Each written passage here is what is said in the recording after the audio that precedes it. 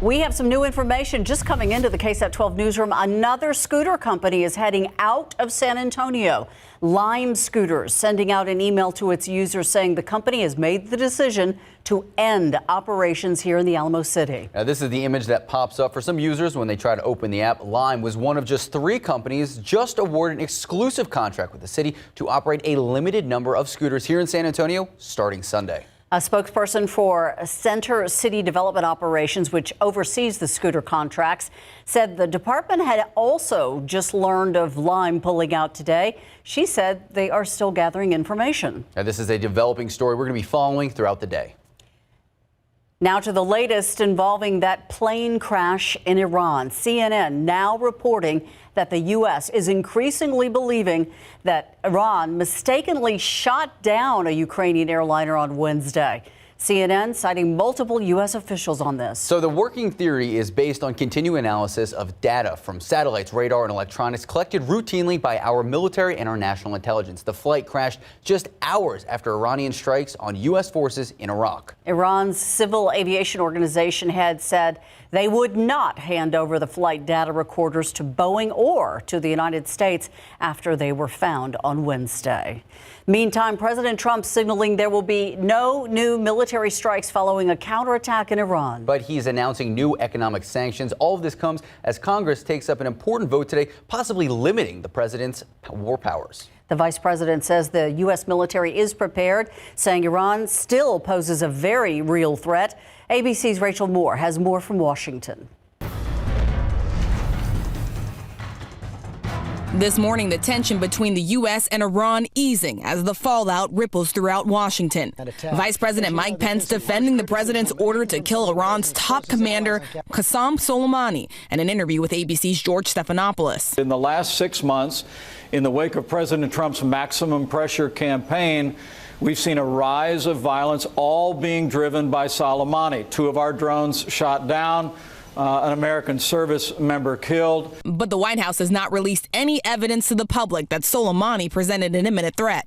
Behind closed doors, the president's national security team gave a classified briefing to Congress. Democrats left outraged. Republican Senator Mike Lee calling it the worst briefing he's attended in nearly a decade. They had to leave after 75 minutes while they're in the process of telling us that we need to be good little boys and girls and run along and not debate this in public. I find that absolutely insane.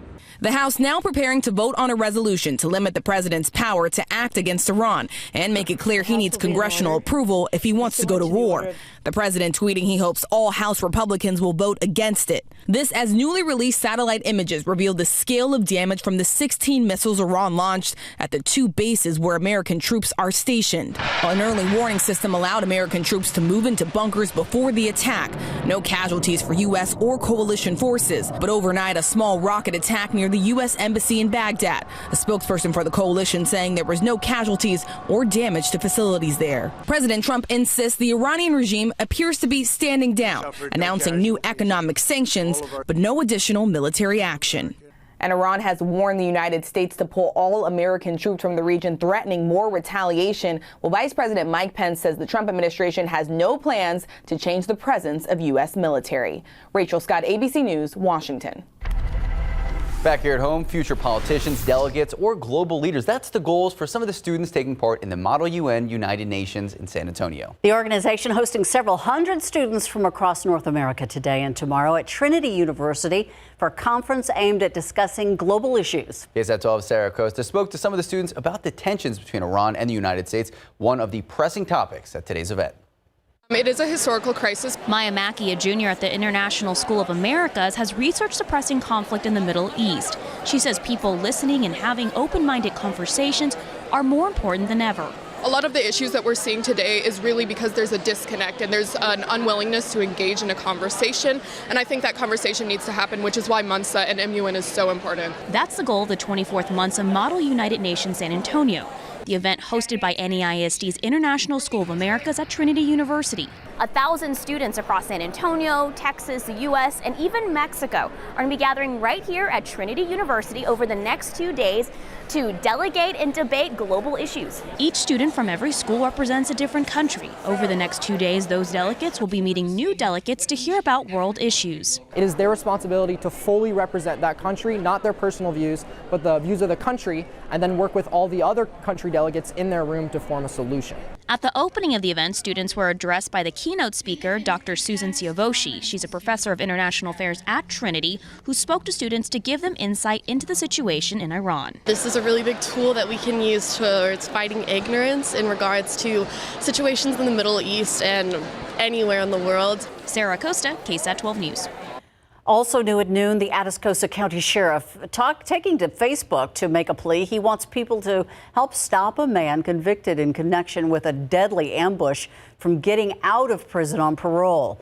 Kenneth Wojciechowski is up for parole in March. He was originally convicted on a capital murder charge after 3 law enforcement officers were lured to their deaths back in October of 1999. That conviction was overturned, and Wojciechowski pled guilty to 3 30-year sentences.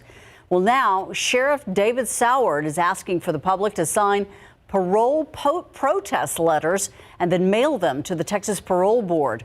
Those interested can contact the Atascosa County Sheriff's Office. And we're getting a first look at a Kerrville teacher accused of taking inappropriate photos of a student. 36-year-old Jimmy Lee McElhaney has been charged with invasive visual recording. He was arrested December 27th in Palmer, just south of Dallas. McElhaney was a teacher at Grace Academy in Kerrville. Right now, police say there is only 1 victim, but they're still investigating to see if there are others. McElhaney currently out on bond.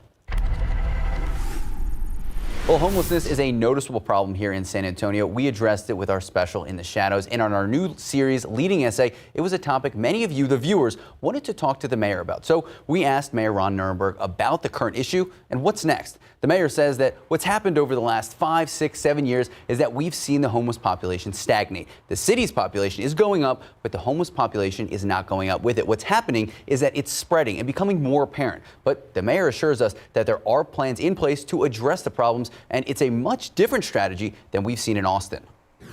And now an area that we're seeing more of is people who have lost their homes. So we're working on all of these issues in a very acute manner, focused to ensure that people are getting into the services that they need to ultimately get them back on their feet, rather than continuing a cycle of homelessness.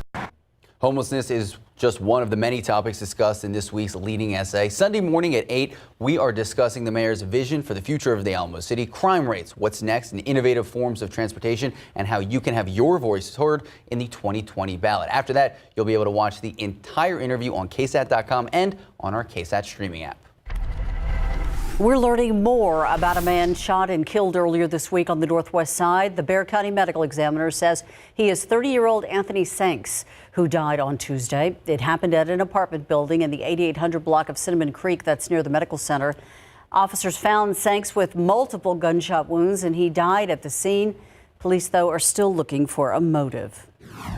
Today, the water levels at the Riverwalk are getting back to normal. Back on Monday, crews drained the river from Josephine Street to Nueva Street to make some needed repairs. Biologists with the San Antonio River Authority also got involved by removing an invasive species. It is called the apple snail. The snails were discovered back in October, and their pink egg sacs were collected back then. It's well known that green tea is good for you, but can it prolong your life? What a new study is showing. And it's widely used in cosmetic products. Now it's at the center of several lawsuits. Talcum powder, what a new study says about the potential side effects of using it.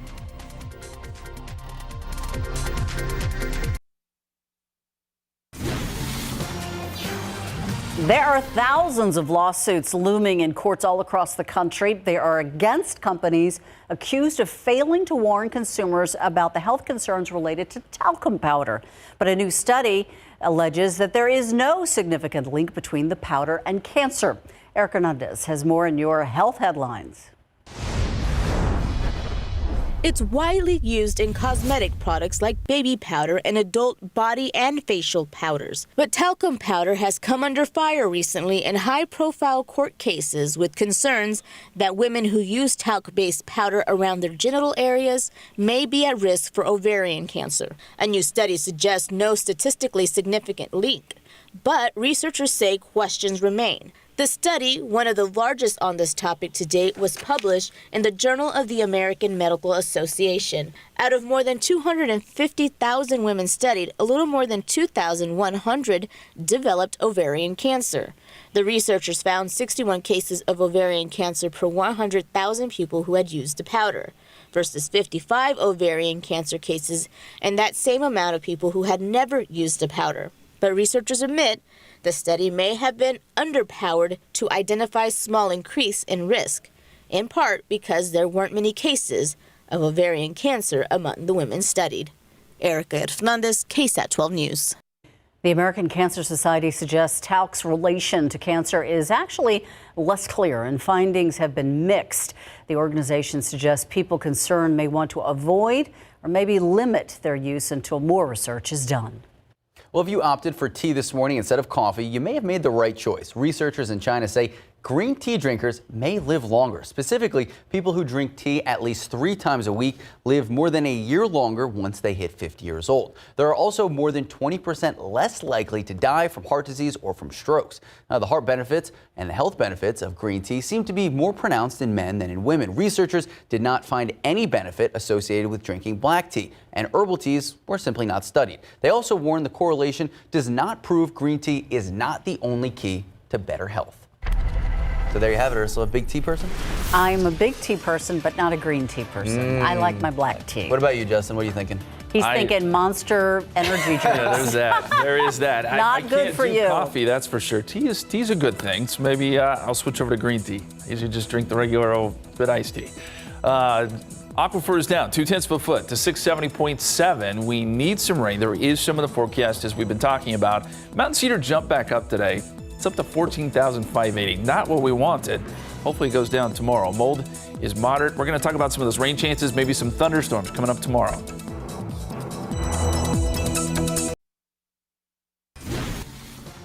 We have had such a phenomenal string of great weather. Sunny, 60s, 70s. Yep. Is that coming to an end? For a couple days. But we're hopeful that it's coming to an end for a good cause. I think we're all kind of excited about the fact that we have some rain chances here. Of course, the downside to that is that we have the potential for some stronger storms. It's a small window for that, but it is there. We got to point that out. And that'll be tomorrow evening. Let's take a look at the drought monitor first off. We'll start off with this because it just goes to show you we do need the rain. The drought monitor has basically stayed the same here, but most of South Texas is dealing with drought conditions. We have severe to extreme drought out to the west, San Antonio in a moderate drought. And as you look at Texas, it really is our area that is seeing the worst of it. 38% of the state is in drought, 36 1 week ago. So now we're going in the wrong direction again.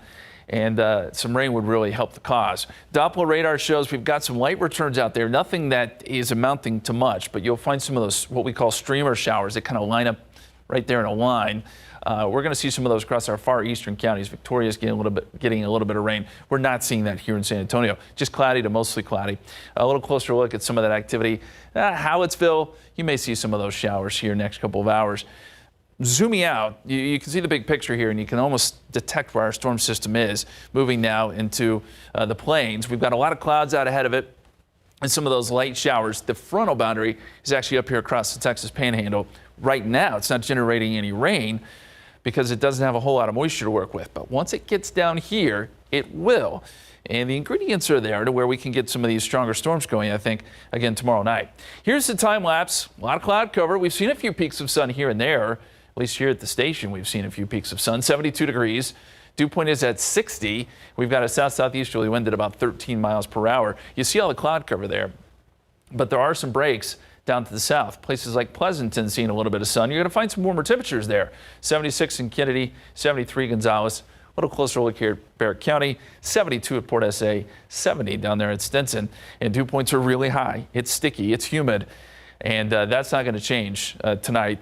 It won't change really until Saturday morning until we get some of the drier air in here. Here's what the FUTURECAST is showing. Mostly cloudy skies today. Tomorrow you'll wake up to more clouds, maybe some drizzle out there. And then here comes our front. 5 o'clock, we've got a broken line of showers and storms starting to develop into the hill country. By 8 o'clock, it's moving through Bexar County. We see a pretty good line here. And then by 10 o'clock, it's moving off to the east. Our eastern counties will be getting in on some of those stronger storms. And by midnight, it's out of here. We're clearing out Saturday morning, and things look much better for the weekend. As far as severe weather goes, they've adjusted the risk just a little bit. San Antonio is now in a slight risk, so we're talking 1 to 5 here, range of 1 to 5. We're in the 2 category, so that's stepping us up just a little bit here along the I-35 corridor. And then the best chance for severe weather is going to be off to our north and east. When we're talking threats here, we're talking gusty winds, maybe some hail with some of these storms. We'll keep an eye on it. Again, that would be tomorrow evening. As far as today goes, 75 degrees, cloudy to mostly cloudy, southerly winds 10 to 15 miles per hour. And then tomorrow we'll call for a 40% chance of storms. That front comes through. It does cool down on Saturday, 63. The sun comes out, breezy. We'll start off at 36 Sunday morning.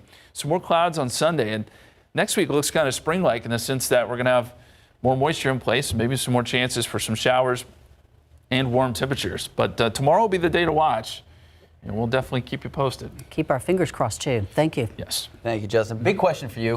What is happening with the Spurs? 2 huge wins in a row. Yeah, after beating Milwaukee, then they beat the Boston Celtics last night. I just feel like they're slowly starting to find the rhythm, and they're starting to shoot three-pointers just a little bit better. DeMar DeRozan has been leading the way for the Silver and Black. He had 30 points last night. And Jerry Jones, when it comes to hiring his new head coach, said he heard bells.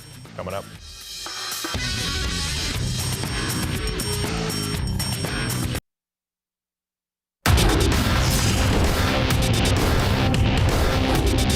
And frankly, I believe this is what I was put on this earth to do professionally.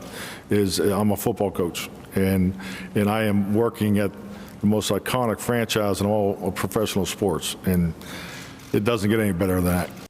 Dallas Cowboys' new head coach Mike McCarthy is living a dream in big board sports.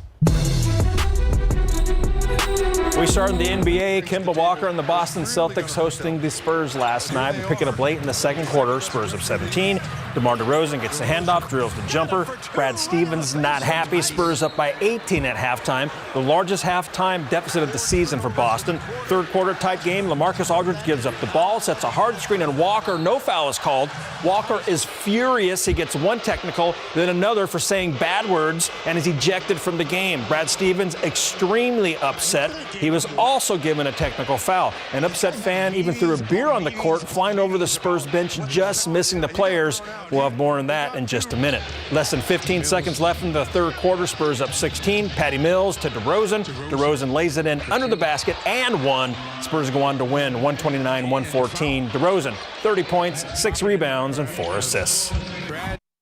We didn't shoot it well on the road.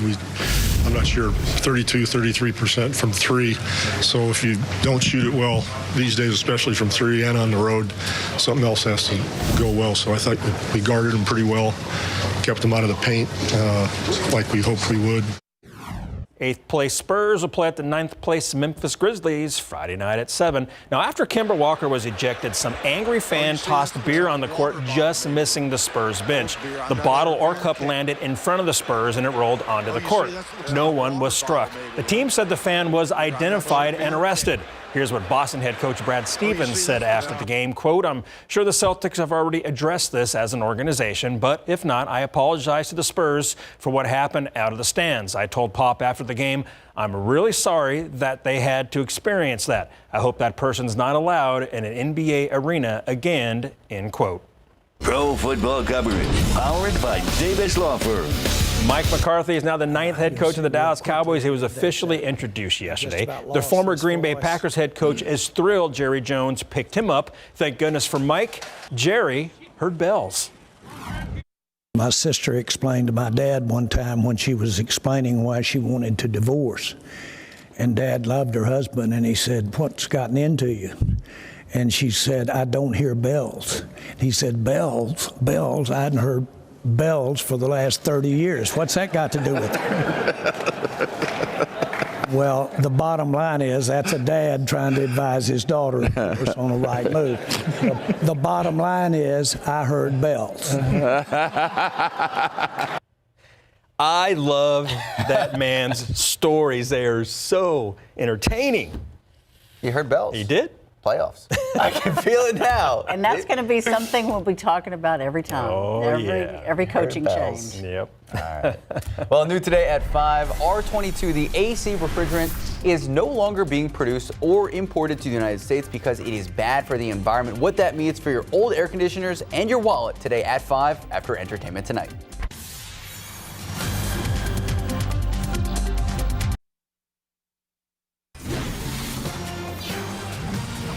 The crisis continues in Australia as fires continue to burn out of control there. Those living in the path of raging wildfires in Southeast Australia have been urged to evacuate if they don't intend to defend their homes. All this comes as hot and windy conditions are forecast to escalate these dangers over the next 2 days. ABC's Maggie Rulli has more. The U.S. State Department has now issued a new Level 2 travel warning for any American citizen coming here to Australia, urging them to postpone their visit if they're going to come to an area like this, somewhere that's been affected by these wildfires. And unfortunately, this area is only growing. More than 15 million acres are thought to have burned. At least 25 people have died, and it's believed that more than 1 billion animals have been killed. Today, we were able to meet up with one dog trainer that actually trains dogs to go into the fire zone so they can help find injured animals. And he tells us that so far his group has been able to find dozens of koalas, but he stresses that if he had more dogs, he would be able to save thousands of animals. Well, now everyone here is bracing for what promises to be another day of high fire danger tomorrow. Authorities are asking thousands of people to evacuate, and they're telling them that now is the time to get out. Maggie Rulli, ABC News, New South Wales, Australia. Well, the trade war between the United States and China continues, but the two countries appear to be making big progress. Global stocks rallying this morning as China and the U.S. announced a big step forward to end the trade war. Chinese officials confirming they're sending a delegation, including China's lead negotiator, to the United States next week. China's vice premier expected to sign the phase 1 part of the deal, and President Trump has called the trade deal, quote, very large and comprehensive. He says he will sign it on January 15th. President Trump also says Phase 2 of the agreement will happen in Beijing, but still no date is set.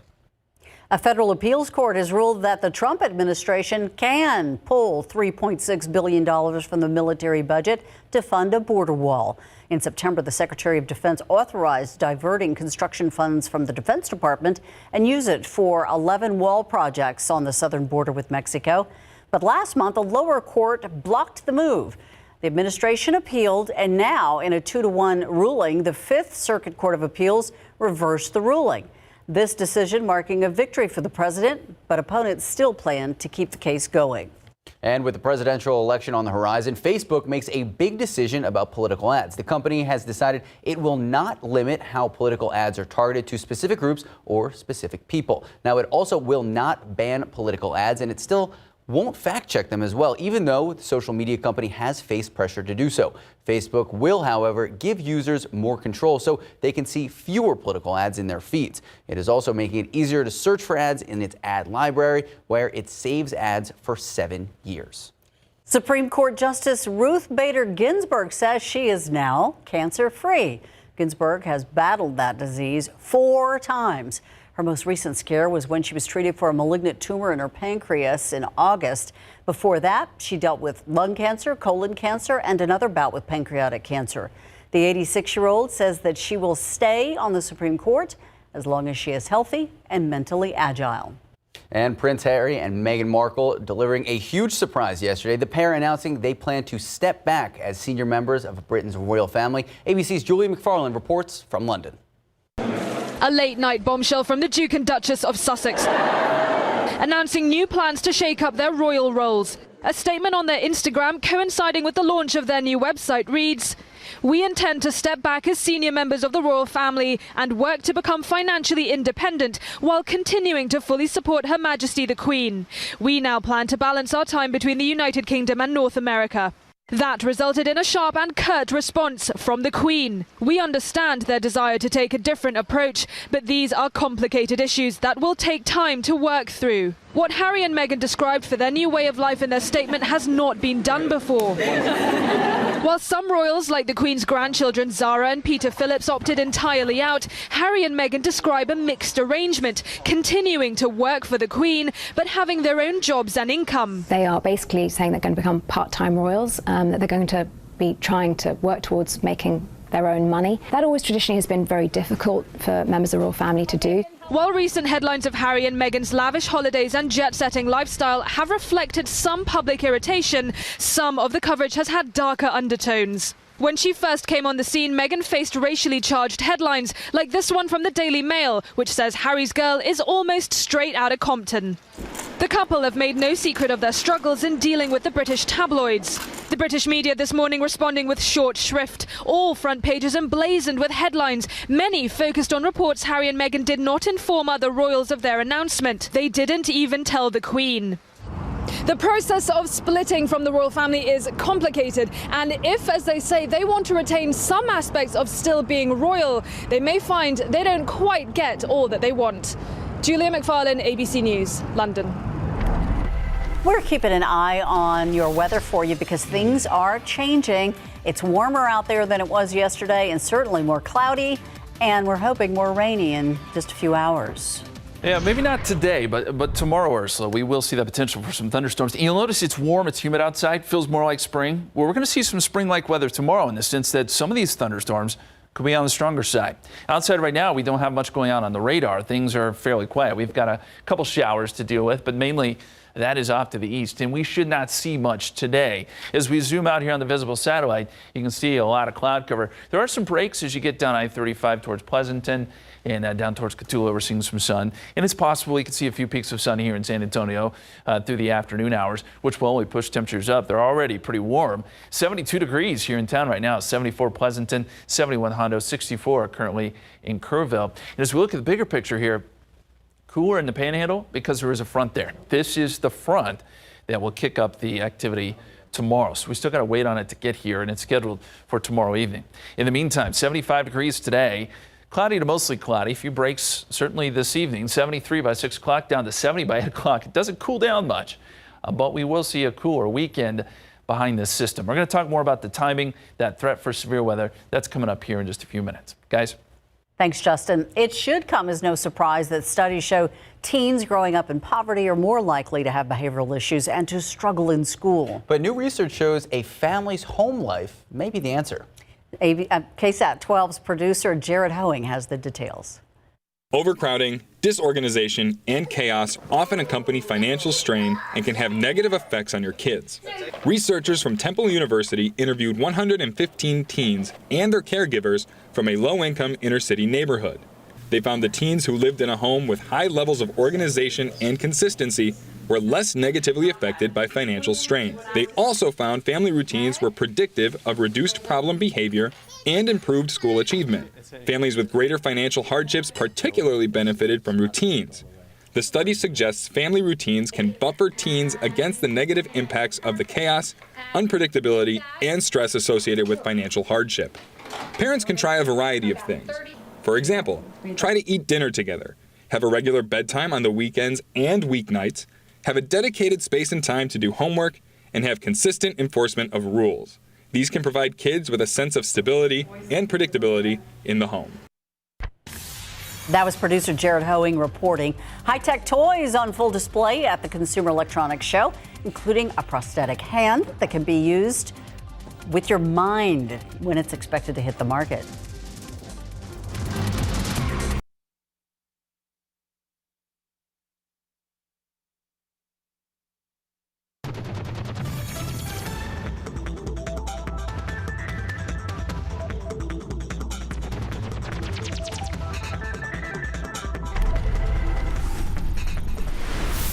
The Consumer Electronics Show continues to dazzle with innovative products in Las Vegas, including this one, which is a new type of prosthetic that can be controlled with your mind. Now, it was actually created by a company called BrainCo, and it lets people use brainwaves and muscle signals to move and control the mechanical hand. It's made possible through a special headband and, of course, artificial intelligence. Time magazine named the hand one of the top inventions of 2019. The model is in the process of getting FDA approval Brainco, that's the company that makes it, expects to have the mind-controlled hand on the market in the U.S. later on this year. And while most coffee drinkers have no clue where their coffee was grown, some actually interested in where it originated. IBM has a new app for those who wish to support sustainable coffee businesses. It was unveiled this week at CES. The Thank My Farmer app is built in collaboration with traceability platform Farm Connect. And with the app, you can trace your cup of joe from the store you bought it from back to the farm where it originally came from. It also helps promote ethical and environmentally friendly coffee suppliers. The app expected to launch sometime in 2020. And there have been several high-tech car concepts revealed at the Consumer Electronics Show in Las Vegas this week. Mercedes-Benz unveiling its first concept car. It's the Vision AVTR. It's inspired by the film Avatar. Now, the vehicle, fully electric, it features vegan leather seats and a recyclable battery. And get this, it doesn't even have a steering wheel. Instead, it has a control center where drivers can place their hands to steer the vehicle. That is super cool. Its wheels actually can move the car sideways, and it recognizes the driver by their heartbeat or their breathing. But don't get too excited. This concept car will likely never be available to buyers. Sorry, Justin. I know you were really excited. Justin's in the car market, I'm sure, and that was right there on his list, that new Mercedes. I have questions about vegan leather seats. What exactly does that mean? Is that fake leather? I think it's fake leather.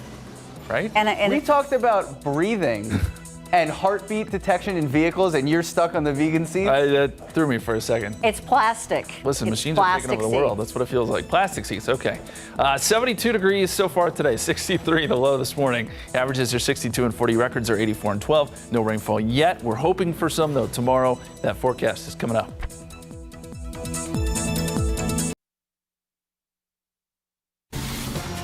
Well, welcome back. I just want to say we are so blessed to have the weather that we have had because I'm talking to people on the East Coast. They have snow. They have single-digit temperatures. Yep. I'm over here. I'm like 70 and sunny. It's beautiful out. Yeah, come on over. You don't need to go to California or Florida. You can move to Texas. Absolutely. We can brag a little bit. Yeah. We can brag a little bit. You know, the one downside, though, is that the rainfall is much needed. And I know.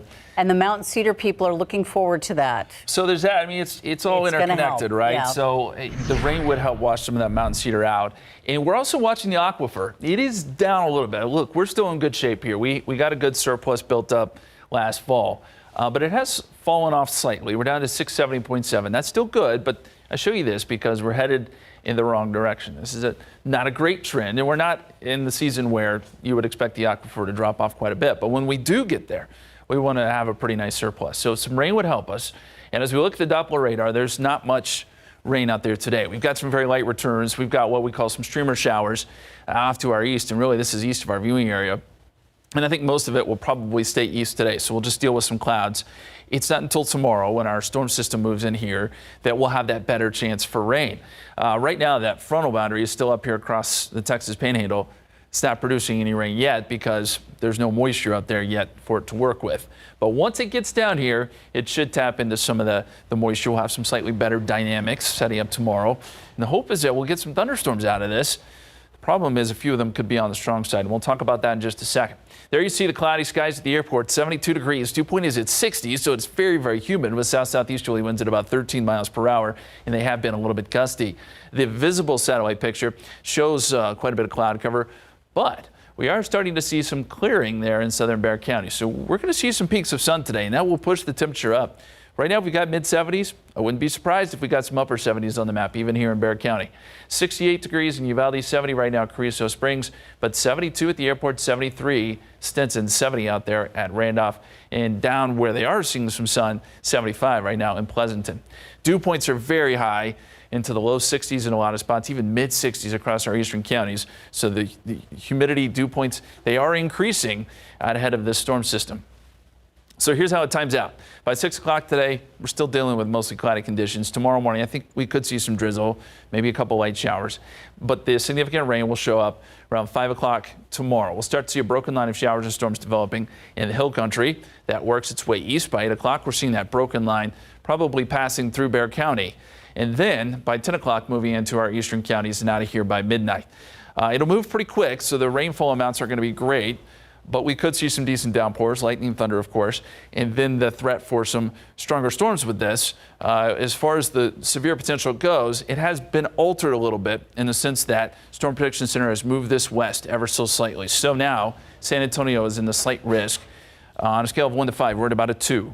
You get up towards northeast Texas, you're in the enhanced risk, which is at about a 3. That's where the best risk for severe weather will be, but we certainly can't rule it out here. I think hail, some gusty winds will be the main threats with these storms as they develop tomorrow night. As far as rainfall goes, again, it's not going to be a whole lot. This thing's going to move through pretty quick. Maybe half an inch on the high end for us here in San Antonio. You could go up to an inch as you get up into some of our far northeastern counties.